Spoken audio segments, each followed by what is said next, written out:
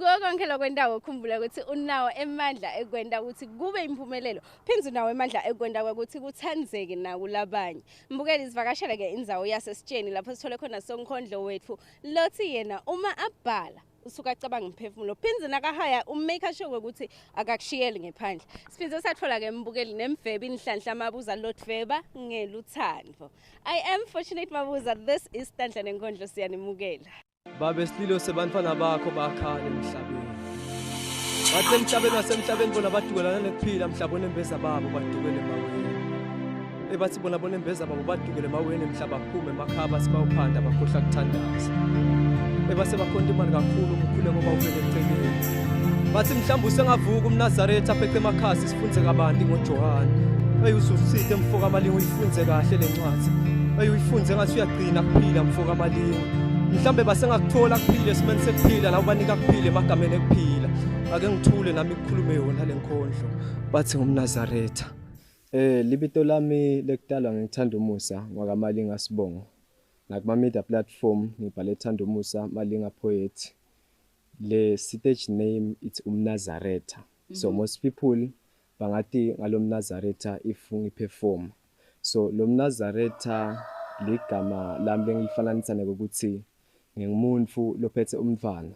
Okay. Ngingadefananisa namake lo tawubeleka noma lophethe something lo conceive something. In such a way ukuthi kuba khona lokuhle abantu labagadzile from lokuphuma kulomnazaretha.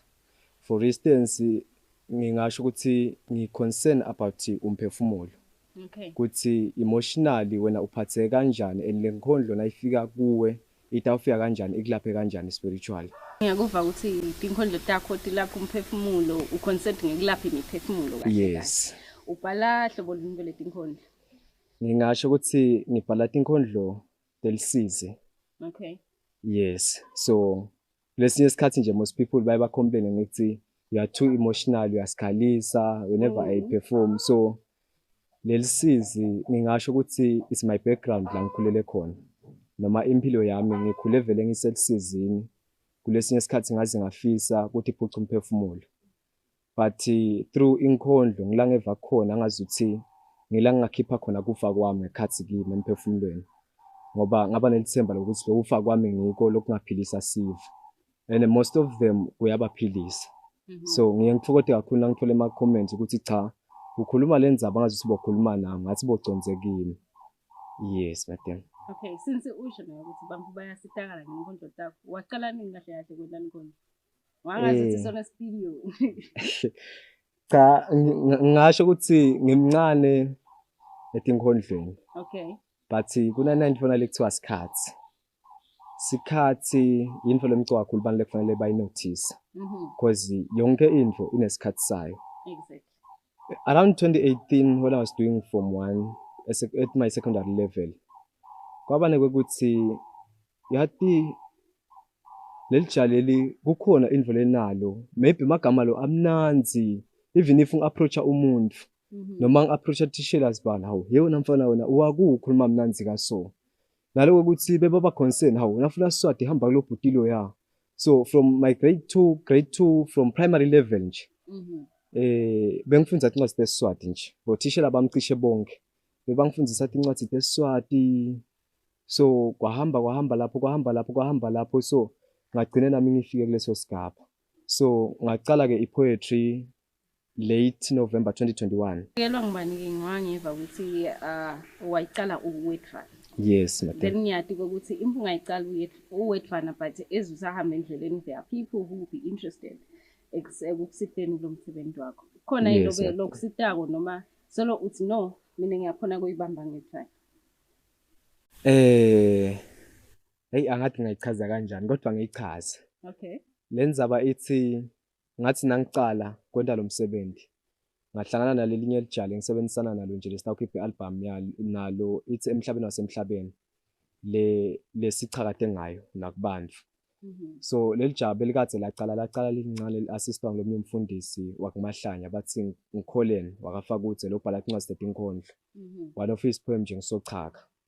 So ngathi nangihlangana nalo lelijala athi ngalikhombisa lemibhalo yami. ngathi nangilikhombisa lemibhalo yami yathi hey uyakwazi mosona kubhala nenkondlo wentana. Ngathi nangisuka lapho wangimikisa producer wakhe.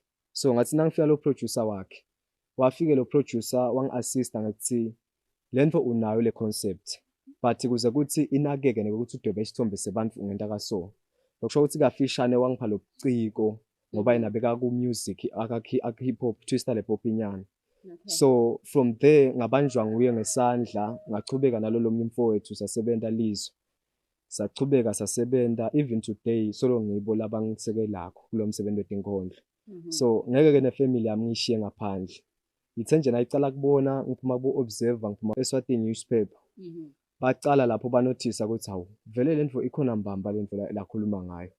And then ke lokunye laba bese babona ngako akwendeki ngiphume ekhaya ngiphumele lead.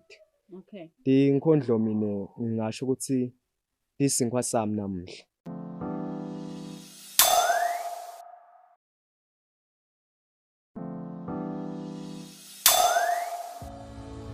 Uthi gogo ngewani lo msimvo lengufaka kubantu abami. Uthi imali ukatane emthulisene lofumbethe bufakazi ngedinyembeti takhe. Hey washapa vula ngelilaka umtukula shapa envula. Wathi kahleni gogo msane kungithulisa. Uthi lethi nyembeti ngidikhalako dingimuthi wokuphothisa lamanceba la kuhlala khona lithandvo. Hey ngoba ngilimele phase emthundo emagama elithandvo nasikhohlisana phasa lelo dende.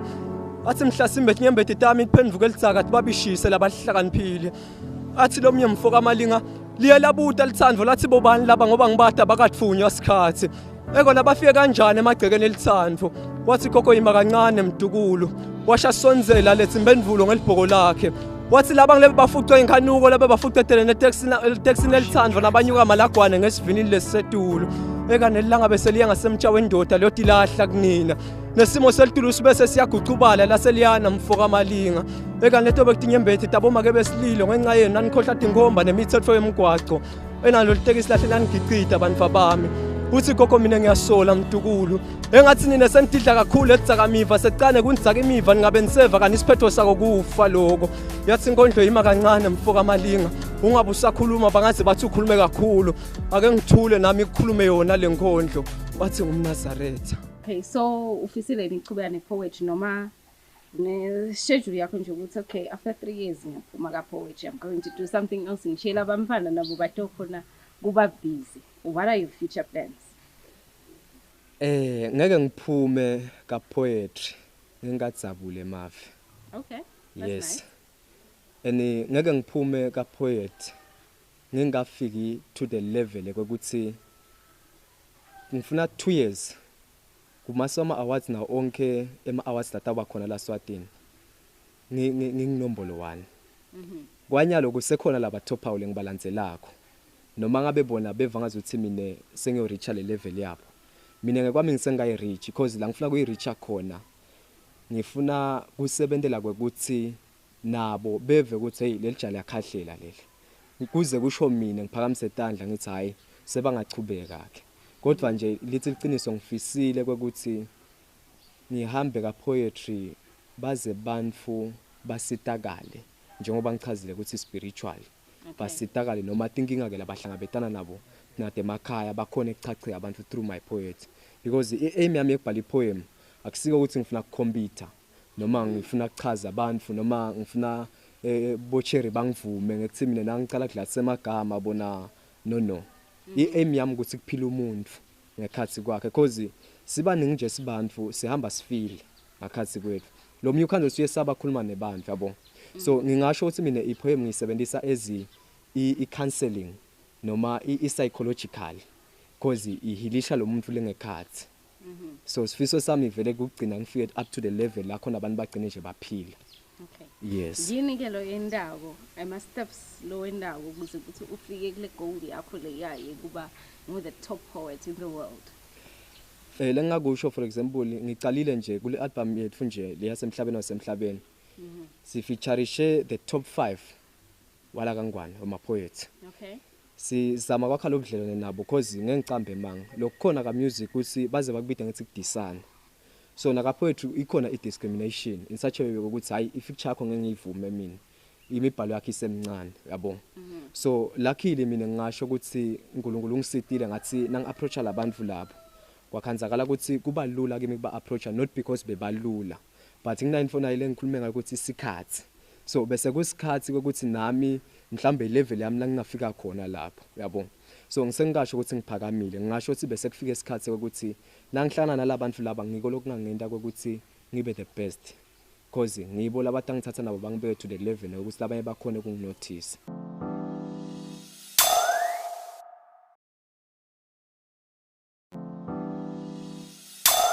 Futhi ngiyaduka ukuthi awugcini ngekuthi ube inspired kuphela but you do something bese siyaqala abasupporter nangabe bosolo uthi the mfana batenda kwasi right mina I prefer buying the shops. No, ngeke usakwenda lokho but sotha uchubeka ukuthi uba support mbukeli standbone vikini lelitawo ngasesikhathi sifanayo. Goodbye and God bless.